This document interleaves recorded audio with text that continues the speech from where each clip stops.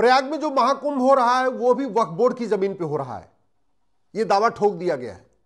इसके पहले तमिलनाडु के 1500 साल पुराने मंदिर को वक्फ प्रॉपर्टी बता दिया था, एक पूरे गांव को वक्फ प्रॉपर्टी बता दिया था, कर्नाटक में किसानों के 1200 एकड़ जमीन को वक्फ प्रॉपर्टी बता दिया था, झाबुआ में जो आदिवासी रहते हैं उनके पूरे गांव को वक्फ प्रॉपर्टी बता दिया था।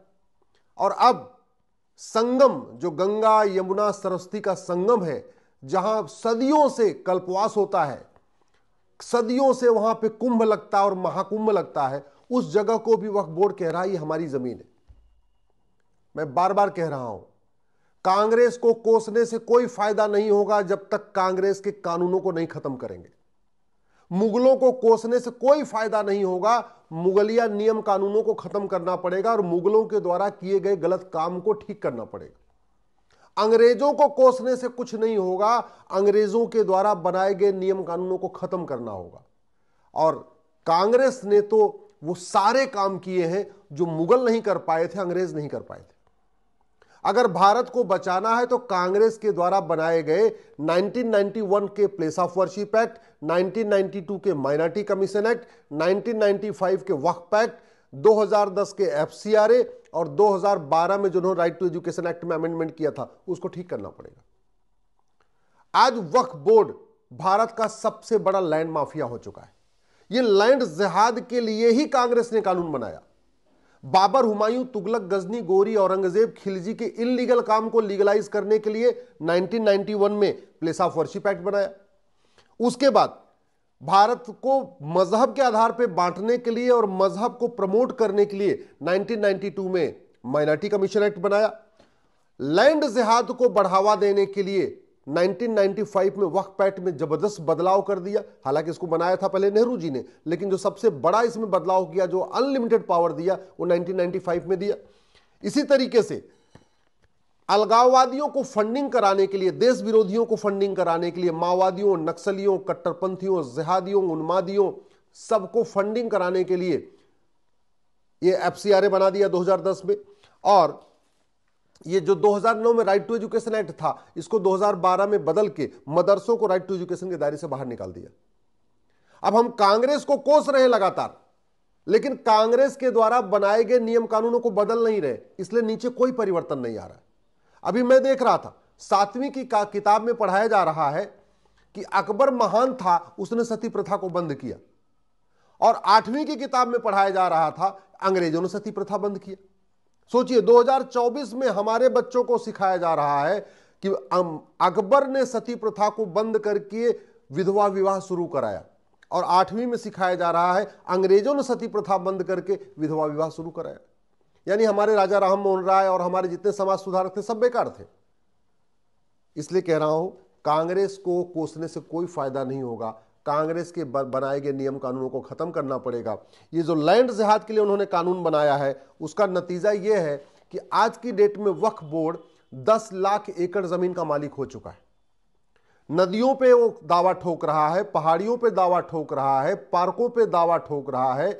जितने खेल के मैदान है, ऊसर जमीन है, बंजर जमीन है, गोचर जमीन है, जहां गाय और हमारे पशु चरते हैं, घास खाते हैं, उन जमीनों पे दावा ठोकता चला जा रहा है।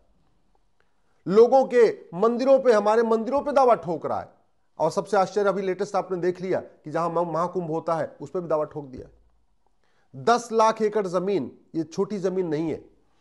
मालदीव का क्षेत्रफल 75,000 एकड़ है और भारत के 10 लाख एकड़ जमीन पे वक्फ बोर्ड कब्जा करके बैठा हुआ है। यानी 13 मालदीव बन जाएंगे भारत में, जो इसने वक्फ बोर्ड ने जमीन ने कब्जा किया हुआ है। सिंगापुर का क्षेत्रफल 1,80,000 एकड़ है और वक्फ बोर्ड ने 10 लाख एकड़ जमीन पे कब्जा किया है। यानी वक्फ बोर्ड जितनी जमीन कब्जा किया है उस पे 5 सिंगापुर बन जाएगा और फिर भी 50,000 एकड़ जमीन बचेगी। बहरीन का क्षेत्रफल 1,90,000 एकड़ है, यानी 5 बहरीन बन जाएगा वक्फ बोर्ड की कब्जा की हुई जमीन पे, और इसके बाद भी जमीन बचेगी। हांगकांग का क्षेत्रफल 2,75,000 एकड़ है, यानी 3 हांगकांग बन जाएगा वक्फ बोर्ड की जमीन पे, उसके बाद भी जमीन बचेगी। डेनमार्क का क्षेत्रफल 3,45,000 एकड़ है, यानी 3 डेनमार्क बन जाएगा वक्फ बोर्ड ने जितना जमीन कब्जा कर रखा है। फिनलैंड का जमीन 3,90,000 एकड़ है, यानी लगभग 2.5 फिनलैंड बन जाएगा वक्फ बोर्ड की जमीन पे। मॉरिशस का क्षेत्रफल 5 लाख एकड़ है, यानी 2 मॉरिशस बन जाएगा वक्फ बोर्ड की जमीन पे। इसी तरीके से लग्जमबर्ग का क्षेत्रफल 6 लाख एकड़ है, साइप्रस का क्षेत्रफल 8 लाख एकड़ है, जॉर्जिया का क्षेत्रफल 9 लाख एकड़ है। दुनिया के 50 ऐसे देश हैं जिनका क्षेत्रफल 10 लाख एकड़ से कम है। तो जितना 50 देशों का क्षेत्रफल है उतनी जमीन पे वक्फ बोर्ड कब्जा करके बैठा हुआ है, और हम वक्फ बोर्ड पे चर्चा कर रहे, कांग्रेस पे चर्चा कर रहे, सब कुछ हो रहा है, लेकिन ये वक्फ बोर्ड खत्म होना चाहिए, इस पे बात ही नहीं हो रही है। ये वक्फ बोर्ड, वक्फ एक्ट, ये संविधान विरोधी है। ये मैंने 5 कानून दिखाए ना, ये प्लेस ऑफ वर्शिप एक्ट पूरी तरीके से संविधान की धज्जियां उड़ा रहा है। बाबर, हुमायूं, तुगलक, गजनी, गोरी की इलीगल काम को लीगलाइज कर रहा है। हमारी सरकार इसलिए नहीं बनी, हमारी सरकार जो गलत काम हुआ उसको ठीक करने के लिए बनी है। माइनॉरिटी कमीशन एक्ट बिल्कुल संविधान के खिलाफ है। कौन माइनॉरिटी है कहीं नहीं परिभाषित हुआ है। माइनॉरिटी अफेयर मिनिस्ट्री चल रही है, माइनॉरिटी कमीशन चल रहा है, वजीफा मिल रहा है, लोन मिल रहा है, दुनिया भर की चीजें नहीं है, लेकिन माइनॉरिटी कौन है नहीं पता गया आज तक। ये भी पूरी तरीके से संविधान के खिलाफ है। इसी तरीके से आपका ये जो वक्फ एक्ट, ये तो पूरी तरीके से संविधान के खिलाफ है। संविधान में तो वक्फ शब्द कहीं लिखा ही नहीं है, WAQF। इसके बावजूद वक्फ बोर्ड चल रहा है, वक्फ ट्रिब्यूनल चल रहा है। संविधान कहता है कि जो विवाद होगा उसका समाधान कोर्ट के जरिए होगा। संविधान कहता है मजहब के आधार पर कोई बोर्ड और मजहब के आधार पर ट्रिब्यूनल हो ही नहीं सकता। संविधान कहता है जमीन का विवाद केवल और केवल कोर्ट के जरिए डिसाइड होगी, अलग से डिसाइड ही नहीं होगी। इसके बावजूद भी वक्फ बोर्ड बना हुआ है, वक्फ ट्रिब्यूनल बना है, कोर्ट का दरवाजा भी बंद है, जमीन का विवाद भी सुलझाया जा रहा है। इसमें बदलाव से कोई फायदा नहीं होगा, इसको खत्म करना पड़ेगा। और इसी तरीके से ये जो फॉरेन कंट्रीब्यूशन रेगुलेशन एक्ट बना, FCRA जिसको बोलते हैं 2010 में, ये केवल और केवल देश विरोधी नेताओं को फंडिंग कराने के लिए कांग्रेस ने बनाया था। अपने जो कांग्रेस के पिट्ठू नेता हैं, जो कांग्रेस के पिट्ठू अभिनेता हैं, जो कांग्रेस के पिट्ठू NGO हैं, जो कांग्रेस के पिट्ठू यूट्यूबर हैं, जो कांग्रेस के पिट्ठू लेखक हैं, बुद्धिजीवी हैं, पत्रकार हैं, कलमकार हैं, उनके NGOs को फंडिंग कराने के लिए FCRA बनाया गया था। ये जो सोनिया गांधी जी की NAC थी ना, नेशनल एडवाइजरी काउंसिल, उसी के कहने पे ये कानून बना था, और जबरदस्त फंडिंग हो रही है।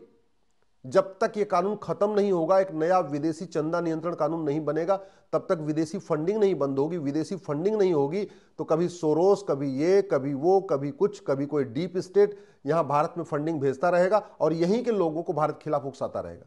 ये कानून खत्म करना पड़ेगा। और सबसे इंपॉर्टेंट, पूरी दुनिया में जहां पे भी मदरसा है वहां अशांति है, सबको पता है। मदरसों में नफरत सिखाई जाती है, मदरसों में संविधान के खिलाफ हर चीज सिखाई जाती है। संविधान कहता है equality, justice, liberty, fraternity, unity, national integration. मदरसों में ठीक इसके उल्टा सिखाया जाता है।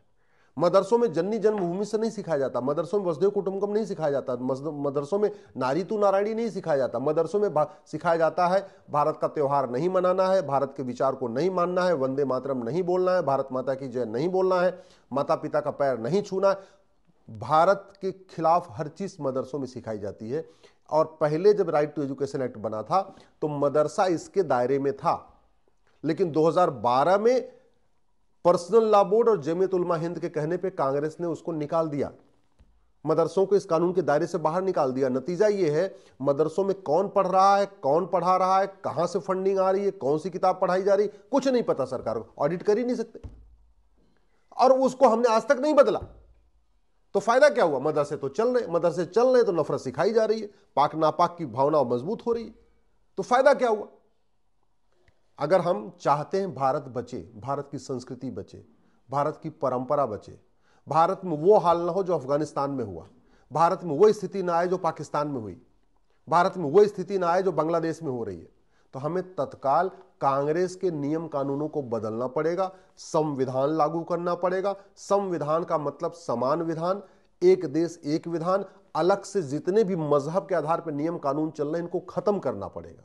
मजहब के आधार पर जितने बोर्ड और ट्रिब्यूनल चल रहे हैं इनको खत्म करना पड़ेगा। मजहब के आधार पर जो योजना चल रही है, मजहब के आधार पर जो लोन चल रहा है, मजहब के आधार पर और भी जितनी छूटें चल रही, ये सबको बंद करना पड़ेगा। नहीं तो धीरे धीरे लगातार हम घटेंगे, और घटेंगे तो कटेंगे। जहां जहां घटे वहां वहां कटे, और लगातार घट रहे हैं। 90,000 बच्चे रोज पैदा हो रहे हैं, उसमें हिंदू मात्र 45,000 है। फ्रीडम ऑफ रिलीजन के नाम पे फ्रीडम ऑफ कन्वर्जन चल रहा है। 10,000 हिंदुओं का प्रतिदिन धर्मांतरण हो रहा है। 6 लाख घुसपैठिए पहले आके यहां बैठे हुए हैं। लब जिहाद तेजी के साथ चल रहा है, लैंड जिहाद तेजी के साथ चल रहा है, और बातें करने से ये ठीक नहीं होगा। अगर विकास करने से शांति आती तो नए साल पे अमेरिका में ट्रक से कुचलते नहीं। अमेरिका में खूब विकास हो चुका है, अमेरिका में अच्छा एयरपोर्ट है, अच्छा हाईवे है, अच्छी रेलवे है, सब कुछ है, लेकिन नए साल पे वहां पे ट्रक से कुचला गया। वो जो जिहादी सोच तब खत्म होगी जब समान शिक्षा लागू होगी, समान नागरिक संहिता लागू होगी, घुसपैठ नियंत्रण कानून बनेगा, धर्मांतरण नियंत्रण कानून बनेगा, जनसंख्या नियंत्रण कानून बनेगा, समान कर संहिता लागू होगी, समान पुलिस संहिता लागू होगी, जस्टिस विद इन ईयर लागू होगा, कानून का खौफ पैदा होगा, कठोर दंड मिलेगा, नार्को पॉलीग्राफ ब्रेन मैपिंग कानून बनेगा, झूठे डॉक्यूमेंट बनाने को गंभीर अपराध घोषित किया जाएगा, झूठी गवाही को गंभीर अपराध घोषित किया जाएगा। तब भारत सुरक्षित होगा, और नहीं तो केवल आरोप प्रत्यारोप चलता रहेगा, तू मैं चलता रहेगा, नूरा कुश्ती चलती रहेगी, बतौलेबाजी चलती रहेगी, और हम धीरे धीरे घटते जाएंगे, घटते जाएंगे, घटते जाएंगे। जैसे 9 राज्यों में घट गए, 800 जिलों में से 200 जिलों में घट गए, 6000 तहसीलों में से 1500 तहसीलों में घट गए, और प्रतिदिन घट रहे हैं, क्योंकि जनसंख्या विस्फोट रुका नहीं है, धर्मांतरण रुका नहीं है, घुसपैठिए गए नहीं है, लब जिहाद रुका नहीं है, लैंड जिहाद रुका नहीं है। तो स्वाभाविक सी बात है, प्रतिदिन जमीनों पे कब्जा बढ़ रहा है, और प्रतिदिन जो रेशियो है पॉपुलेशन का वो भी तेजी के साथ बढ़ रहा है। ये हमारे लिए बहुत बड़ा खतरा है।